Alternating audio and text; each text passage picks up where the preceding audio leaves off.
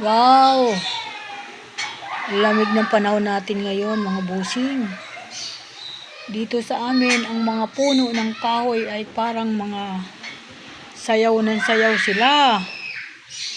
Ibang panahon ngayon, napakahangin. Pati mga pinto isinisara sa sobrang lakas ng hangin. Biro mo maghapon, hindi ako nakatikim ng electric fan ngayon. Kasi sobra na ang lamig. Pag hinahawakan ko ang tubig ay parang yelo. Parang takot na takot ako sa tubig, kaya hindi ako makapag ng tubig. Sobrang nilalamig ako, mga busing. Kaya ganito ang panahon natin, Hindi naman siya maulan pero masyado malamig. Ayan po. Kaya sa gabi, mga busing, ayan po, malamig. Ingat po tayo. I-ready na po natin yung mga kumot natin ng mga makakapal dyan. Ako, lagi naka-ready ang kumot ko makapal, jacket, kasi nilalamig ako sa gabi. Medyo na maganda naman kasi nakakatipid sa kuryente. Kagaya sa akin, yung dati kong binabayaran na 3,500 ang isang buwan, bumaba, naging 2,500 hanggang ngayon, naging 2,000 o 2,200, ganon. Yun na yung kuryente ko ngayon na huli. Sana sa susunod, bumaba pa. Yun po. Bababa pa kasi nagtitipid talaga ako. Kaya ko na tumaas yung kuryente ko. Isa pa, wala rin akong aircon. Nasira ang aircon ko. Kaya yan, mga bossing. Sobrang lamig. O ano?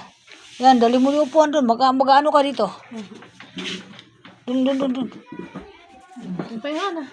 Ay, papahinga. Dito ako, mag-ano muna. Papahinga lang ako dito.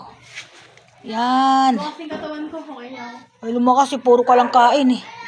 Okay na, pati isa lang pa. Ano? Ay, malunggay yun, di ba? Alin? Yung pamisal? Ewan ko, may walang ba? Hindi ko alam. Di ba malunggay? Papalakas ang katawan. Hindi ko alam. Siguro lumakas yung katawan. Hindi naman natin nakikita kung may malunggay ba yan. Wala. Ba't lumakas ang katawan? May na katawan ko. Ako di ako mas nagme-merienda sa hapon. Ano po, nagda-diet. Kailangan makapag-diet ako. Kasi mataas na daw ang ko. Kaya sabi ng doktor, diet din. Para daw hindi mapunta sa mga sinasabi nila. Ayaw ko mangyari yon, mga bossing, kasi takot ako. Magandang hapon, mga bossing, welcome to my vlog. Yan, tapos na po ako magluto, kaya dito na ako nagpapahinga. Yan, nakaluto na ako, nakasaing na ako, kakain na lang yung asawa ko para hindi na magtatawag sa akin dito. Yan, mamaya pa ako kakain. Siya ang unang-unang kumakain para matapos na siya. Kasi nanonood po siya ng pinapanood niyang paboritong palabas. Ewan ko ba ano pinapanood yun lagi na araw-araw siya nasa TV. Kaya di na lumalabas yun pag ganitong oras. Nanonood po siya. Ayan. Ako naman, pagtungtong ng alas 8, antok na ako.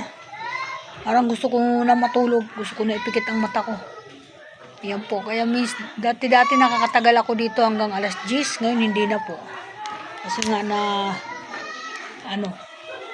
gusto ko na matulog. Gusto ko na magpahinga. Tapos gigising ako ng alas 5, alas 6, ganun. At magluluto na ako ng almusal. Yan, mga busing. Okay, thank you. Kanina tinawagan ko yung apo ko, wala na pala siya kasama doon. Malis na pala yung mga anak ko, nagpunta na ng Batangas. Nandiyan naman yung tita niya. Kasama niya yung tita niya, Tita Judith.